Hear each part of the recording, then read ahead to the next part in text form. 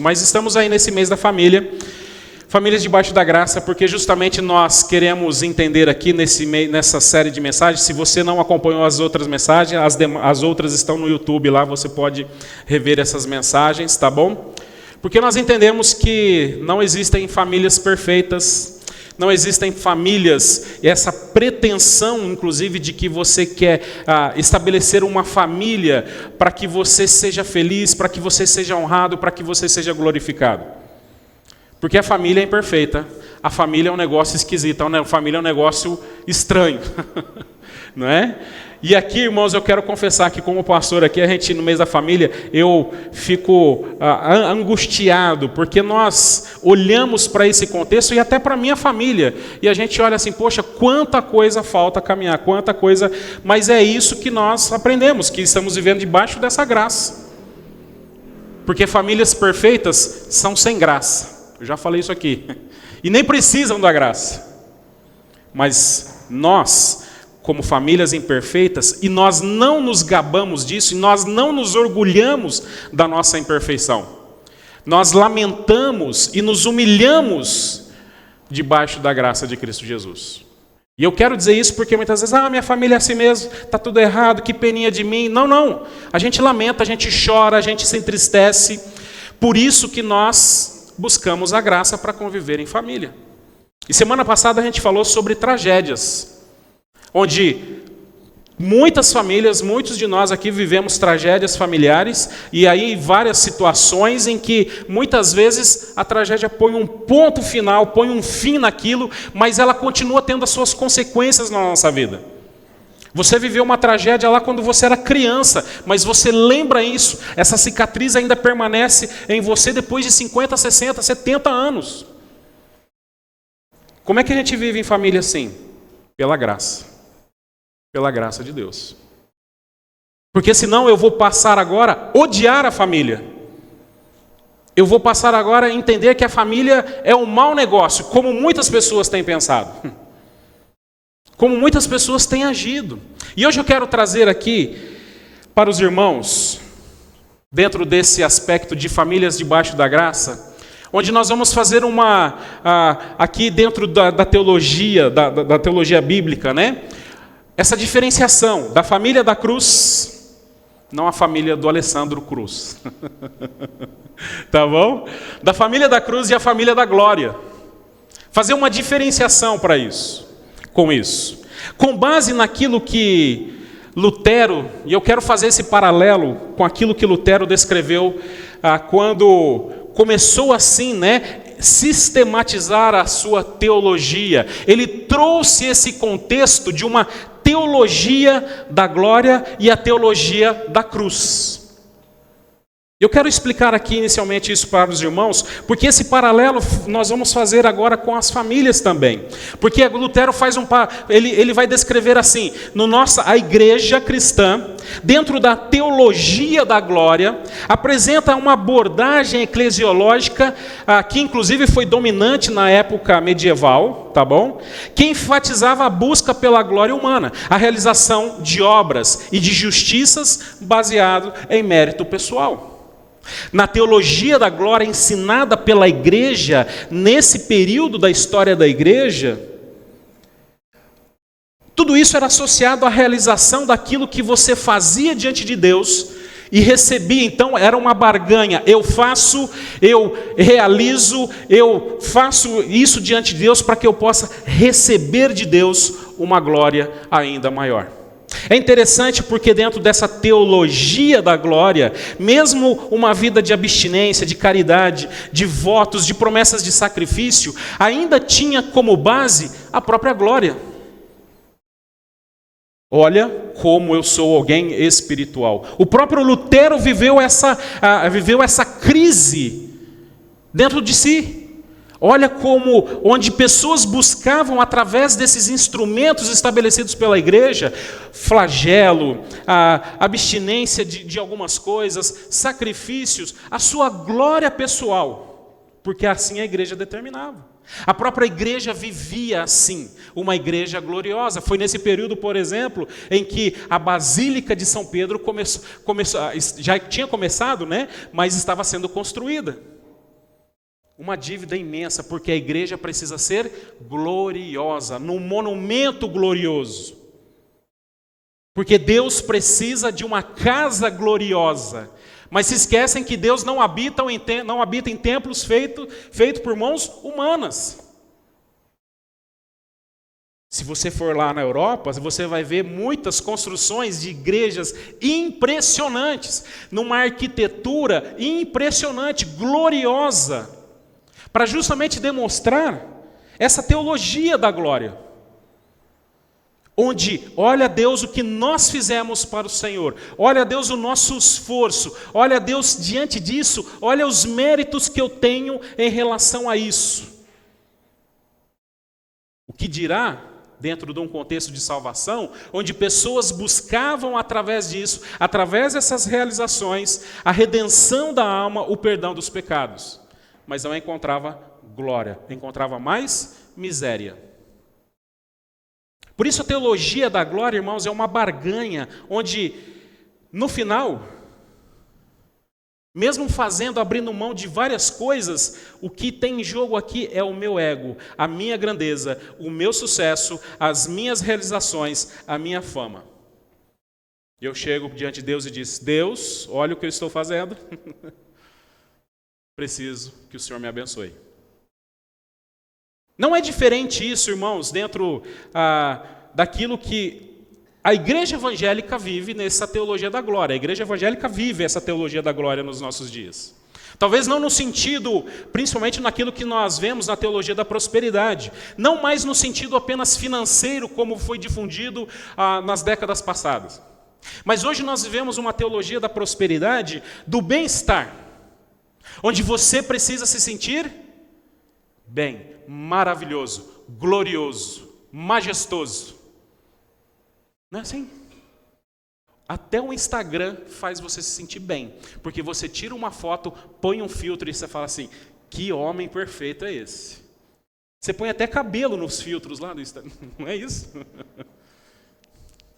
Eu estou orando para a Rebeca fazer um creme, né? Que ela vai fazer um creme, Luiz, para nós somos meio carequinha assim, passar e no outro dia já começar a crescer cabelo, assim, entendeu? A gente está orando por isso, viu, Rebeca? Viu? Fica glorioso, que nem o príncipe do Xereque.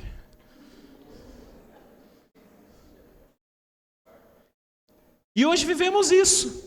Hoje vivemos essa teologia, mesmo dentro da igreja, mesmo dentro das pregações, dos sermões, daquilo que tem sido orientado para os membros das igrejas, onde você precisa se sentir muito bem, numa teologia da prosperidade.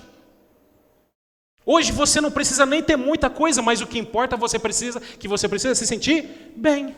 Você pode andar de Uber, de busão, mas o que importa é se sentir bem. Antigamente, se você não tinha aquele carro do ano, você era um fracassado, você não cumpriu a teologia da glória. Olha, você está com falta de fé. Mas hoje não, você pode andar de busão, hoje você pode não ter aquilo, você pode estar endividado, você pode estar com o cartão de crédito pendurado, mas o que importa é você se sentir bem, glorioso. Na teologia da glória. Agora, se você se sente assim tão glorioso, para que você precisa de Jesus, que morreu na cruz? Se você é perfeito, se você aqui se sente tão realizado, se você se sente tão grandioso, quando é que você vai reconhecer a sua miséria, o seu pecado, a sua maldição? Por isso a teologia da prosperidade, nessa teologia da glória inovada, mesmo dentro de um contexto da igreja, tem levado pessoas ao inferno. Por outro lado, Lutero vai apresentar a teologia da cruz, onde a marca de toda a teologia, onde toda a teologia agora vai se enquadrar, mesmo numa teologia de família, onde a família agora tem como base a cruz de Cristo. No Cristo crucificado que estão a verdadeira teologia e o verdadeiro conhecimento de Deus. Onde conhecer a Deus pela cruz é conhecer o nosso pecado e o amor redentor de Deus. Na cruz, Deus destrói toda a nossa ideia pré-concebida de uma glória que nós podemos alcançar, mas Ele é glorificado por meio do seu sacrifício. E nós, quando olhamos para aquilo, nos sentimos miseráveis, sentimos a nossa baixeza, a nossa fraqueza, para que possamos assim ser glorificados neste que se sacrificou. Entendeu aqui a diferença? A vida de Cristo é erigida na cruz, diante do sofrimento. A estrada da glória para Cristo Jesus foi a estrada do Calvário. Uma estrada de castigo, de açoites. E quando nós olhamos para a cruz, quando nós olhamos para os sofrimentos de Jesus, a vergonha, a miséria, aquilo que ele sofreu, os abusos, nós podemos pensar, mas aonde há glória nisso? Mas é justamente este o momento mais glorioso de Cristo encarnado em nosso mundo. A cruz representa isso. A cruz representa agora que justamente diante do nosso pecado somos miseráveis, imperfeitos, pessoas que carecem da graça de Deus. E porque eu posso ser membro de uma igreja, eu posso me esforçar, mas isso não adianta nada, a não ser pela cruz. Essa é a realidade. Por isso, Lutero vai transformar isso, teologia da glória e teologia da cruz. Hoje vivemos pela teologia da cruz. Por isso, irmãos, não procure mensagens para que você se sinta tão bem assim, mas as mensagens que justamente mostrem o seu pecado, mostrem a sua miséria e ela aponte para Cristo Jesus. Você não precisa ficar no pecado, você não precisa ficar na miséria, você não precisa ficar se sentindo assim, porque agora Cristo morreu, pagou o preço pelos nossos pecados e agora viva debaixo desse perdão. A propósito, quem vive na glória, pouco usufrui do perdão, certo? Quem vive na glória, pouco reconhece o seu erro, pouco tem a capacidade de perdoar e se sentir perdoado por Cristo Jesus. Porque eu sou bom demais para perdoar ou para ser perdoado. Mas, irmãos, eu quero ser perdoado por Jesus todos os dias, porque não existe nada melhor que se sentir perdoado por Deus. Não eu me perdoar, porque eu não posso me perdoar. Ai, William, te perdoo, tá bom? Te perdoo você. Eu perdoo você, William, seu miserável. Não tem o menor sentido isso. Mas o perdão de Cristo Jesus, não, isso é diferente. Mas para que você possa desfrutar disso, você agora precisa andar na teologia da cruz. Ele esvazia da nossa autoconfiança. Ele esvazia das nossas pretensões, ela esvazia dos nossos planos, daquilo que nós traçamos para a nossa vida. E aí vem Jesus com a teologia da cruz e diz, não, você vai andar por aqui. Esse é o texto bíblico que Jesus descreve, e isso faz parte aqui dentro da mensagem que nós vamos... Daqui a pouco a gente vai chegar aqui, o que isso implica na família. Naquilo que o Senhor Jesus descreve em Mateus 16, 24 a 28. Então Jesus disse aos seus discípulos, se alguém quer vir após mim, se alguém quer me seguir, se alguém quer andar como eu ando, se alguém quer caminhar no caminho que eu vou caminhar aqui, negue-se a si mesmo. Já começa aí Jesus destituindo a teologia da glória. Porque você não vai seguir mais o seu caminho. Você vai abrir mão do seu caminho, abrir mão da sua vida, abrir mão daquilo que você é, tudo aquilo que você estudou, tudo aquilo que você fez, a sua profissão, a sua realidade que você viveu até agora, a sua história. O Senhor Jesus vai dizer assim, tudo isso que você acha que é bastante e que te faz se sentir importante, você vai abrir mão disso, porque agora eu tenho um caminho para você. E ele continua dizendo, tome a sua cruz e siga-me. É interessante porque Jesus é muito rápido e profundo aqui. Lembra que tinha aquele meme da faca lá, da Tramontina? Jesus faz aqui, tome a sua cruz. E eu fico imaginando pessoas aqui ouvindo isso, porque algumas pessoas, elas tinham, dentro desse contexto aqui, né, um legado familiar, uma cultura que foram criadas, os seus bens, os seus valores, a sua tradição, onde agora depositavam a sua confiança, inclusive como família, porque eu sou filho desse homem, eu nasci nessa família, olha, agora eu tenho essa genealogia, principalmente para o judeu, que se gabava do seu judaísmo. Jesus até vai dizer assim, está dizendo, olha, você acha que é judeu? Que isso vai resolver o seu problema? Você se gaba disso? Negue-se a si mesmo e tome a minha cruz. Pois quem quiser salvar a sua vida, a perderá. E quem perder a vida por minha causa, esse a achará. De que adianta uma pessoa ganhar o mundo inteiro e perder a sua alma? Ou que dará uma pessoa em troca de sua alma? Porque o Filho do Homem há de vir na glória de seu Pai, com os seus anjos, e então ele retribuirá a cada um conforme as suas obras. E em verdade lhes digo que dos que aqui se encontram, existem alguns que não passarão pela morte, até que veja o Filho do Homem vir o seu reino. Nós precisamos lembrar que esse versículo está dentro de um contexto onde o Senhor Jesus chama a atenção de Pedro. Se você olhar no versículo 23, Jesus aqui usa uma palavra muito dura para se dirigir a Pedro. Jesus chama Pedro de quase Satanás. Ele vai dizer assim, fica para trás de mim, Satanás. Quase não, né? Ele chamou Pedro de Satanás. Você é um obstáculo para mim, porque tendes em mente as coisas, não tende em mente as coisas de Deus, mas as coisas dos homens. E se você olhar, qual é o problema aqui? Jesus estava falando de uma coisa que eles não queriam ouvir. Jesus estava falando assim, é necessário que eu morra. É necessário que eu passe por muitos sofrimentos. Será necessário que eu passe agora por uma angústia. Será necessário que eu deixe vocês. Será necessário que eu morra. E aí Pedro vai dizer assim, imagina. Como é que o senhor pode dizer um negócio desse? Porque o Senhor é glorioso. Porque nós seremos gloriosos no Senhor. Imagina, Senhor Jesus, o Senhor é famoso. O Senhor é o Rei ou Messias. O Senhor não precisa passar por isso. Porque afinal de contas, o Senhor é Jesus. É glorioso. E aí Jesus vira para ele e diz assim, se afasta de mim, Satanás. Não me tente. Irmãos, não tente a Deus.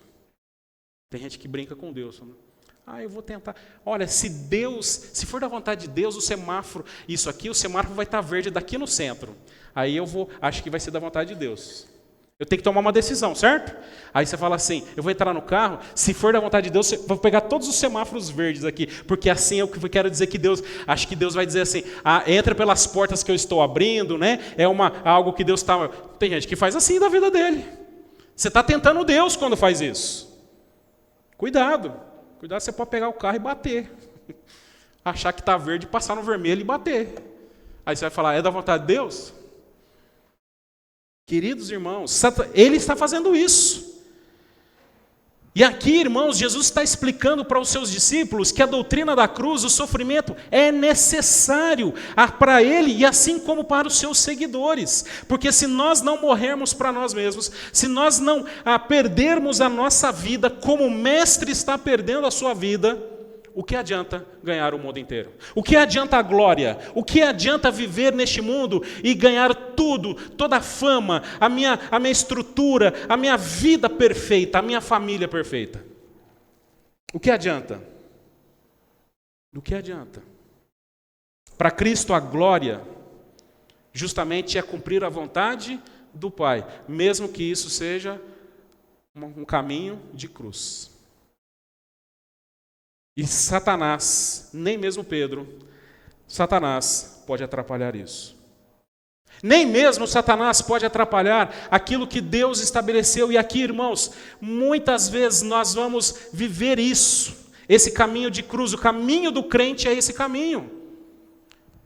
De luta, de muitas vezes abrir mão dos seus desejos, das suas vontades, abrir mão e lutar contra o pecado, aquilo que a sua carne quer. Não é assim? A sua carne quer perdoar quando aqueles que têm ofendido? A sua carne quer perdoar? A minha carne não quer perdoar. A minha carne quer parar de comer. O pastor tem que inventar comida, né? Quer parar de comer quando eu sei que eu não posso mais comer, quando eu já extrapolei todos os limites. Não é isso? O que dirá de outras coisas? Essa luta é uma cruz. Essa é a mentalidade dos homens espirituais agora, que Jesus está deixando. Ele vai descrever isso, porque olha só, o que adianta você ganhar o mundo inteiro e perder a sua alma? O que adianta? E aqui, irmãos, muitas vezes a gente, talvez você já deve ter escutado isso, mas a gente vê, né, as pessoas, famílias muitas vezes se gabando do sucesso familiar, sucesso dos filhos, sua profissão, dos seus bens materiais, da viagem que você pode fazer, se gabando disso tudo. Olha que maravilha, se gabando, mostrando de uma forma gloriosa, olha como eu sou bom demais. Mas está perdendo a sua alma, a sua vida, porque está longe de Cristo Jesus. A lição aqui que Jesus ensina é que para ganhar você precisa perder.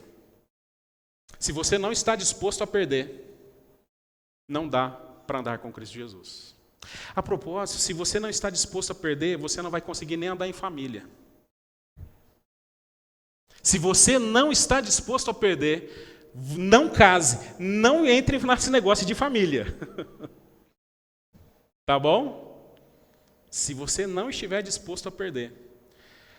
Eu tinha aquele tempo de jogar videogame. Olha, eu tinha aquele tempo que eu dormia até tarde. Os irmãos conseguiram dormir até tarde hoje? Alguns irmãos aqui perguntei, né? Depois da vigília de ontem, você dormiu, acordou que hora? Pastor, não teve jeito que o moleque acordou 6 horas, você perdeu. Mas antes não, eu lembro que eu tinha a linda, já dormia até meio-dia, 11 horas. Mas nasceu as criaturas. Começa a trabalhar hoje, coisa de estranha, né? Podia dormir até mais tarde. 6 horas da manhã acordado. Meu Deus do céu, que vida, que coisa, hein? Que coisa. Se você não está disposto a perder, não, esse negócio de família não é para você. Agora, o propósito, nós todos estamos inseridos dentro de um contexto de família. Agora, se você quer viver bem em família, você vai ter que perder. Não tem jeito. Porque é um caminho também de cruz. Ele descreve essa incapacidade de realização, de acréscimos, de qualquer coisa que podemos fazer em nossas vidas.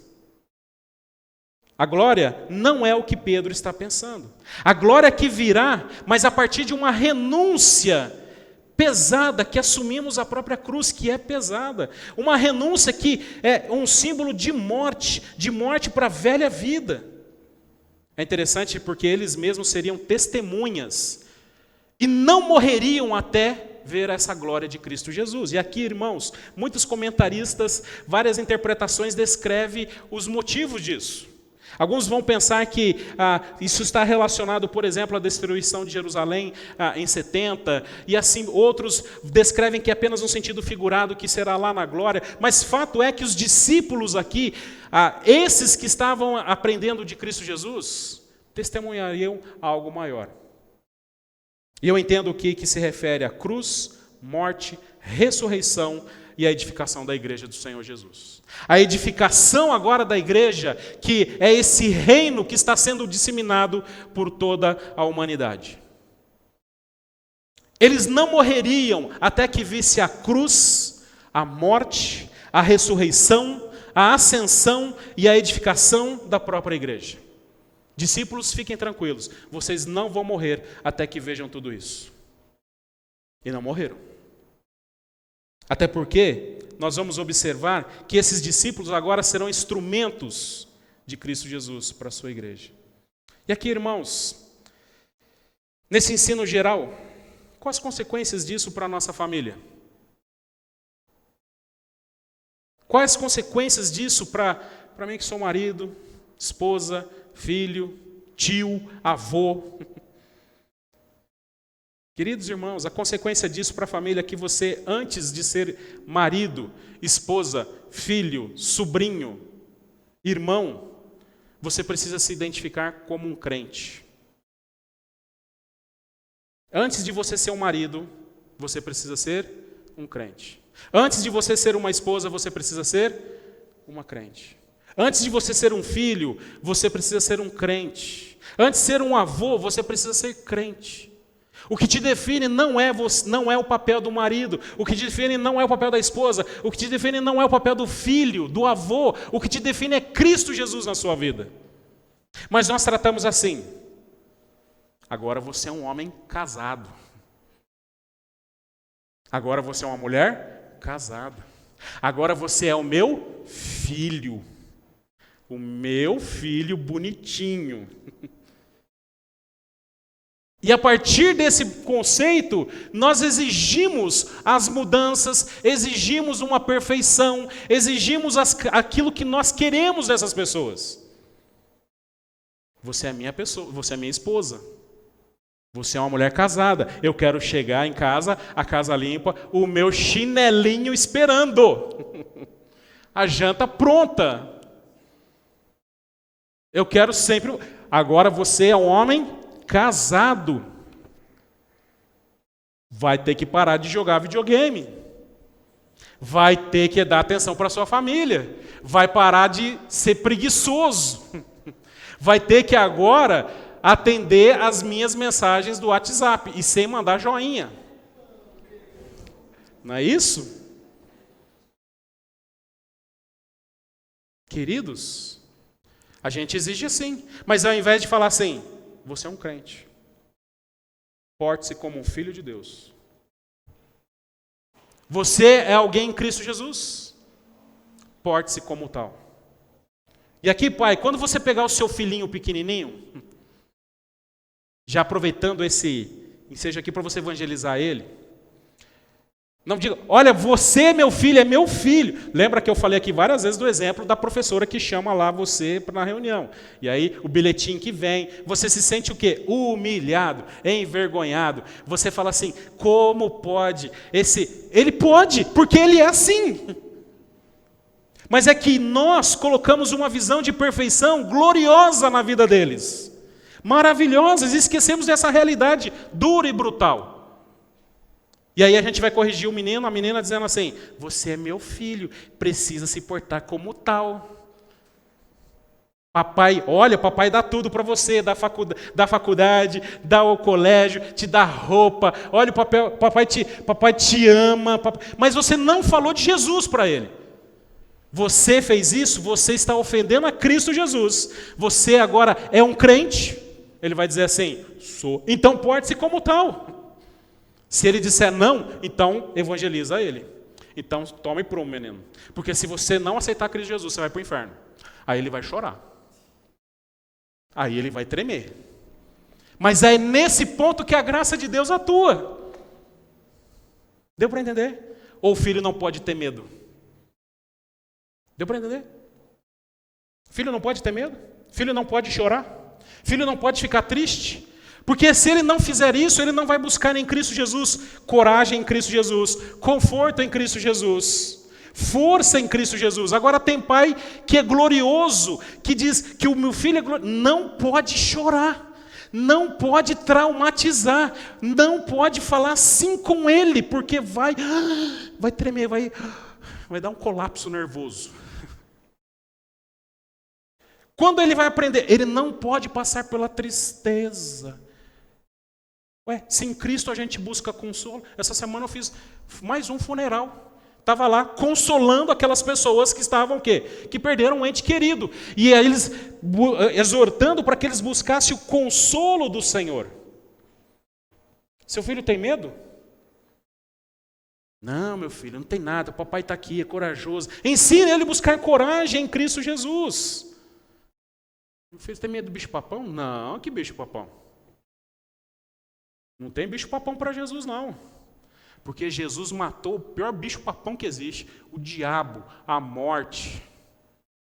Deu para entender? Fica com medo não, meu filho. Vamos orar, nós vamos repreender esse demônio maldito. vai embora em nome de Jesus e deixa você dormir. Vamos orar? Ó, vem aqui e vamos orar com o papai. Porque Jesus é maior que esse miserável que está te perturbando aí. Não é assim? Mas o caminho da glória é... fica aqui com o papai. A família é uma cruz bastante pesada. Com todo tipo de humilhação, dor e vergonha, incoerência, e revela a nossa incapacidade de uma forma criativa da parte de Deus, parece. Filho faz você passar vergonha? Os filhos fazem você passar vergonha?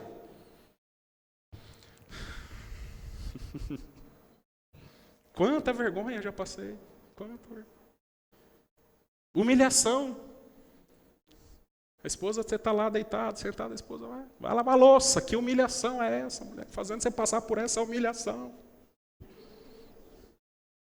Nunca lavou louça na vida. Minha mãe não mandava lavar louça. Agora eu casei com uma mulher que manda lavar louça. Que humilhação! Ó, nunca eu precisei fazer isso. Eu jamais tive que arrumar minha cama. Agora, a minha esposa fica mandando eu toda hora. Que humilhação é essa? Não é isso? Eu nunca precisei baixar a minha crista, né? Para nada. Eu sempre fiz o que eu quis. Agora tem esse marido querendo mandar em mim. Como é que pode isso? A família tem isso? Tem dor? Tem mágoa? Tem. Tem mágoas que são literalmente uma facada no nosso coração. Existem dores na família que nos fazem sangrar, quase que dia e noite.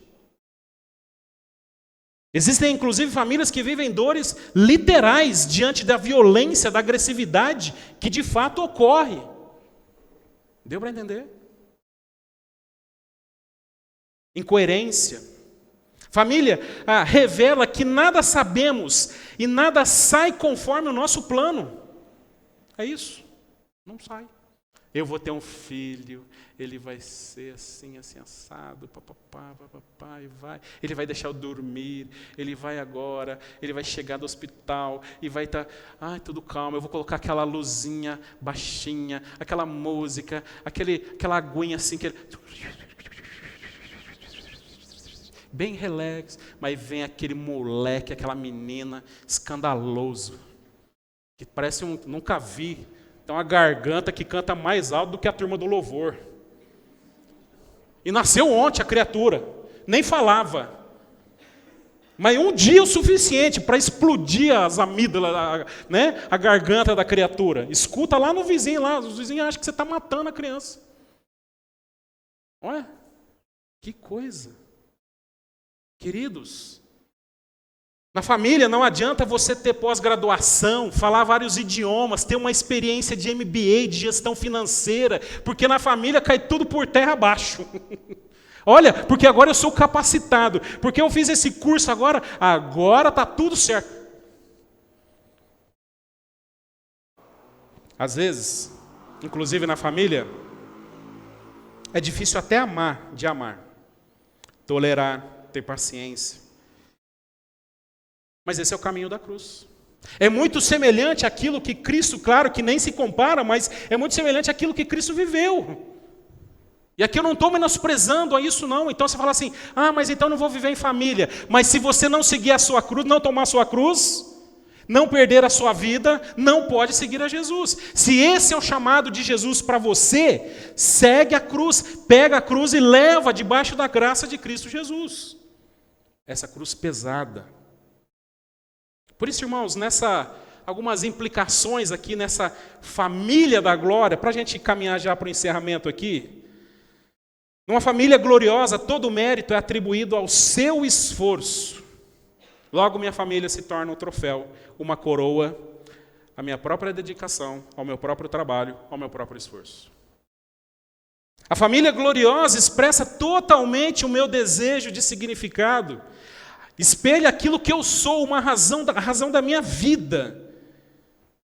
Alguns pensam até que na família gloriosa podem justificar os atos pecaminosos em nome da família. Não, mas é da família. Algumas semanas atrás, um jovem lá em São Paulo, bêbado, estava dirigindo uma Porsche lá e matou um homem que estava trabalhando de madrugada. Dirigindo a 200 km por hora, lá, sei lá quanto estava, mas matou o homem. E quem foi lá socorrer o filhinho? A mamãe. A mamãe que escondeu o filhinho, a mamãe que acobertou o crime do filhinho, em nome da família. Não é porque é da sua família que você vai acobertar o crime. Meu filho, eu te amo, vou estar com você. Eu vou te visitar na cadeia toda semana, mas você vai pagar por aquilo que você fez. Deu para entender? Você vai pagar pelo que você fez. Vamos ser corretos, vamos ser justos. Eu vou sofrer junto com você. Eu vou sofrer a vergonha com você, mas eu não vou acoitar o seu erro. Encobrir o seu erro. Tem famílias que, em nome da família, aceitam até o crime no meio da família. A bandidagem no meio da família, porque é da família. É sério isso? Meu filho, minha esposa, meu marido, eu amo você, mas nós não vamos compactuar com isso.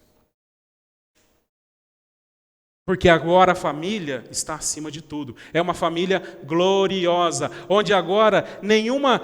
E aqui, irmãos, tome cuidado, porque essas coisas justamente fazem parte dessa mentalidade, onde a família agora é gloriosa. Uma falsa pretensão de achar que por uma condição financeira melhor, inclusive, as coisas darão tudo certo, seu filho será bem, a sua esposa... Não é assim, vimos isso na quarta-feira aqui, falamos sobre isso. É interessante porque o Davi Murk, lá no seu livro, ele escreveu um livro com um comentário bíblico sobre todos os versículos da Bíblia que fala sobre família. Ele já até falou aqui na nossa igreja. Ele vai dizer assim: casados para sempre? Ao contrário do que alguns pensam, o casamento não é para sempre, mas é vitalício. O casamento não é o fim principal, mas é o meio pelo qual Deus reflete a sua glória. Ele aponta para o fim, que é o início de um novo casamento, que é para sempre e começa com as bodas do Cordeiro. Jesus declarou em Mateus 22:30 que no céu não seremos casados, nem daremos nossos filhos em casamento, mas seremos como anjos. A razão é que na ressurreição, quando essa era estiver acabado, o casamento se dissipará numa realidade superior para o qual aponta. O casamento aponta para algo eterno, a saber, Cristo e a sua igreja. Só fazendo uma brincadeirinha aqui, no céu não vai ter casamento, graças a Deus. Não porque o meu casamento é ruim. De jeito nenhum. Porque existe uma coisa que a gente nem imagina, muito maior que o casamento, que é o casamento com Cristo Jesus, é uma eternidade com Cristo Jesus. E o seu casamento aponta para isso. E eu sei que na realidade muitos casamentos não apontam para isso, porque muitas vezes o casamento é uma tragédia. Se for o céu assim, pastor, eu nem quero ir para o céu, não é isso? Mas esse era o propósito de Deus, mas isso é o que Deus quer. Claro que Satanás agora deturpa tudo isso, mas lembre-se que ele reflete isso. Ele ainda vai dizer que a família não é o fim, mas enaltecemos o ideal de Deus para a família, zelamos por perseverar a dignidade e a glória do casamento, pelo fato de que ele reflete realidades maiores. O significado mais elevado é o propósito mais sublime do casamento, são manifestar a relação pactual entre Cristo e a sua igreja. E por esse motivo que o casamento existe. Se você for casado, é por isso que é casado. Se você tem esperança de se casar, é isso que deveria pensar, é isso que deveria ser o seu sonho. A gente geralmente pergunta assim para aqueles que estão se preparando para o casamento: por que você quer casar? Todos eles vão responder assim: porque eu quero uma família, eu quero ter filho, eu quero ter uma esposa, eu quero ter um marido, eu quero ter uma casa, eu quero ter uma família. Todos. E aí eu falo assim: tudo isso que você descreveu, você usou sempre um pronome aí. Qual o pronome que você usou? Qual o pronome? Eu. Deu para entender aqui que nós já entramos nesse negócio egoístas, pensando em mim? Aí eu mudo, diz assim, agora vamos mudar, vamos ampliar aí vamos abrir essa caixa? Vamos colocar um outro pronome? Vamos pensar no outro, em você, em Deus. É interessante porque ainda nós vamos olhar que a família não é o Evangelho. Se você acha que a família é a fonte de significado supremo em sua vida, então espera que a família o torne feliz e atenda às suas expectativas. Com isso você passará a achar que a origem familiar é problemática. Ou o cônjuge que deixou você, ou ainda os filhos que partiu para a terra distante da rebelião arruinaram a sua vida. E quando você falhar com a sua família, conforme fará, inevitavelmente, passará toda a sua existência buscando expiação por seus pecados, sem jamais encontrar paz que procura. A família não é o Evangelho. A família não é a salvação. Porque agora nós vivemos as implicações da teologia da cruz na família. Como nós vimos, na família, a glória de Cristo é revelada. E se isso não tem sido o alvo da nossa família, o alvo seu, nós precisamos aqui consertar isso.